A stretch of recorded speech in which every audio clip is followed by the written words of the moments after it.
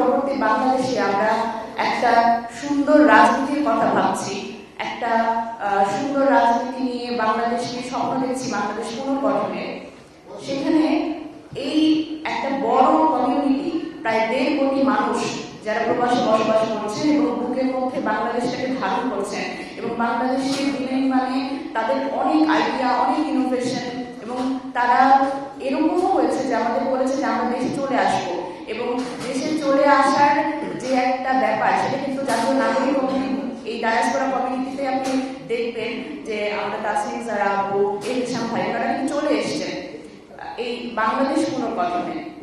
সুতরাং আমরা মনে করি যে নতুন রাজনৈতিক বন্দোবস্তে এই আমাদের প্রবাসী যেই 1.5 কোটি মানুষ আছে তাদের ভয়েসটা আমাদের এখানে থাকতে হবে।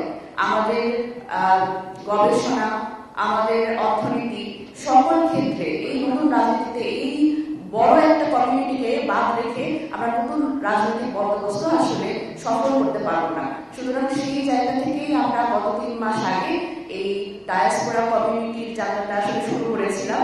আমরা বিভিন্ন দেশ থেকে একটা গুগল ফর্মের মাধ্যমে চেষ্টা করেছিলাম সকলকে একত্র করার জন্য, যারা আমাদের সাথে কাজ করতে চান, যারা জাতীয় নাগরিক কমিটির সাথে কাজ করতে চান তারা আমাদের সাথে যুক্ত হন। এভাবে করে আসলে প্রক্রিয়াটা শুরু হয়েছিল এবং পৃথিবীর বিভিন্ন দেশ থেকে যারা বাংলাদেশি আছেন, যারা আন্দোলনের সময় বিভিন্নভাবে আমাদের সহযোগিতা করেছেন, তারা আমাদের সাথে যুক্ত হয়েছেন। সুতরাং এই ডায়াসপোরা যে একটা সেন্ট্রাল কমিটি হবে, এই কমিটি আমাদের বিশ্বাস পৃথিবীর বিভিন্ন দেশে তারা কমিটি দিবে এবং তারা আমাদের সাথে সরাসরি জাতীয় নাগরিক কমিটির কেন্দ্রীয় কমিটির সাথে কাজ করবে, এবং আমরা বিশ্বাস করি এর মাধ্যমে আমাদের আগামী বাংলাদেশ সুন্দরভাবে আমরা নির্মাণ করতে পারব। নিজের মাতৃভূমিতে না থাকতে পারা সেটা একটা বিরাট কষ্টের একটা ব্যাপার, যেখানে আমি সবসময় দেশের সাথে কানেক্টেড ফিল করতাম। আমি জুলাই থেকে তো এখন আমি ফিল করেছি আমার যতটুকু জ্ঞান বা অভিজ্ঞতা রাজনৈতিকভাবে, as I was a member of the labour party, the locally আমি ইলেক্টেড হয়েছিলাম, আমি মনে করি যে আমার দেশকে আমি দিতে চাই, যে জন্য আমার আফটার 22 ইয়ার্স ফেরত চলে আসা।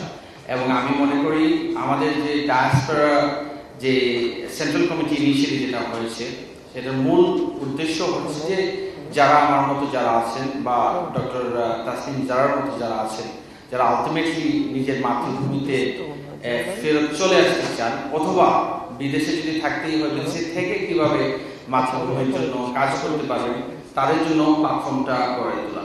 তো আমরা একটু থরো প্রসেসে আমরা গিয়েছি, যেহেতু আমরা আলটিমেটলি নতুন বন্দোবস্ত বলতে আমরা মনে করি এখানে দায়িত্ব ভার্সেস ক্ষমতা, যে আমরা মনে করি যে দায়িত্ব নেওয়ার যে ব্যাপারটা, যে রাজনীতির যে একটা কালচার, একটা সংস্কৃতি গড়ে উঠেছে, যে যেহেতু রাজনীতি হচ্ছে আপনার ক্ষমতায় যাওয়ার একটা প্রক্রিয়া, সুতরাং আমাদের যে অর্গানাইজেশনাল যে স্ট্রাকচারগুলো দেখা যায় যে টাইটেলগুলো আলটিমেটলি কেউ যদি অ্যাচিভ করতে পারেন তখন আমি ক্ষমতা অ্যাচিভ করে ফেলি। দায়িত্বের যে ব্যাপারটা আছে সেটা তখন মুখ্য থাকে না। এই নতুন বন্দোবস্তে আসলে সেক্ষেত্রে আমরা যেটা করার চেষ্টা করি যে আসলে যারাই ডেভোটেড, ডেডিকেটেড, যারা আসবেন, যারা দায়িত্ব নিতে চান, আলটিমেটলি অর্গানাইজেশনকে এগিয়ে নিয়ে যেতে চান, তাদেরকে সিলেক্ট করা। যার জন্য আমরা আসলে একটা থরো একটা প্রসেস মেনটেন করেছি। ইনিশিয়ালি আমরা অ্যাপ্লিকেশনস নিয়েছি, পরে আমরা একটা প্যানেলের মাধ্যমে তাদেরকে আমরা একটা ফিল্টারিং করেছি, পরে আলটিমেটলি আমরা একটা শর্ট লিস্ট অ্যাবাউট 75 পিপল, 75 জন মেম্বার, প্রায় 4টা কন্টিনেন্ট এবং 30টা দেশ আমরা কাভার করে নিয়েছি। এবং পরবর্তী স্টেজে আমরা প্রত্যেকটা দেশে রিপ্রেজেন্টেশন কমিটি আলটিমেটলি করা হবে। আমাদের অনেকের একটা ধারণা আছে যে রাজনীতিতে দক্ষ মানুষ আসে না, রাজনীতিতে নিবেদিত প্রাণ মানুষ আসে না, রাজনীতিতে শিক্ষিত মানুষ আসে না। এই ধারণাটা আমাদের জুলাই অভ্যুত্থান কিন্তু ভেঙে দিয়েছে। রাজনীতিতে শুধুমাত্র দুর্নীতিবাজ মানুষ আসে বা অসৎ মানুষ থাকে, রাজনীতি সচেতন মানুষ, শিক্ষিত মানুষ হয় না, দক্ষ মানুষ হয় না, নিবেদিত প্রাণ মানুষ হয় না। এই ধারণাটা সম্পূর্ণরূপে জুলাই অভ্যুত্থানে ভেঙে গিয়েছে, যেখানে দেশে এবং প্রবাসে সবাই এক হয়ে অসম্ভবকে সম্ভব করেছে। তারই ধারাবাহিকতায় জাতীয় নাগরিক কমিটির পক্ষ থেকে আমরা সেন্ট্রাল ডায়াসপোরা কমিটি আজকে ঘোষণা করছি, যেখানে যারা আমাদের নতুন বাংলাদেশ বিনির্মাণের প্রতিজ্ঞাবদ্ধ, আমাদের সাথে সংহতি জানিয়েছেন এবং নতুন একটা বাংলাদেশ গড়তে চান, তাদেরকে নিয়ে আমাদের সেন্ট্রাল ডায়াসপোরা কমিটি। এখানে সারা বিশ্ব থেকে অনেক দক্ষ মানুষ, অনেক প্রতিভাবান মানুষ একসাথে হওয়ার কারণ একটাই, তারা নতুন করে বাংলাদেশ গড়তে চান।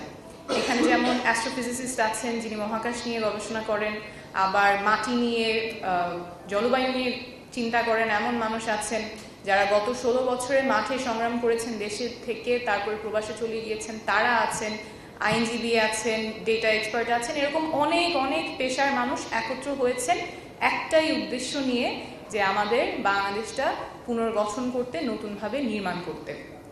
এবং এই মানুষগুলো যখন রাজনীতিতে সক্রিয়ভাবে অংশগ্রহণ করছেন, আমার মনে হয় যে মানুষের যে ধারণাটা আছে রাজনীতি কেবল এক ধরনের মানুষের জন্য, দক্ষ মানুষ যারা দেশের জন্য কাজ করতে চায় তাদের জন্য আসলে রাজনীতিতে জায়গা নেই, এই ধারণাটা পরিবর্তন হবে।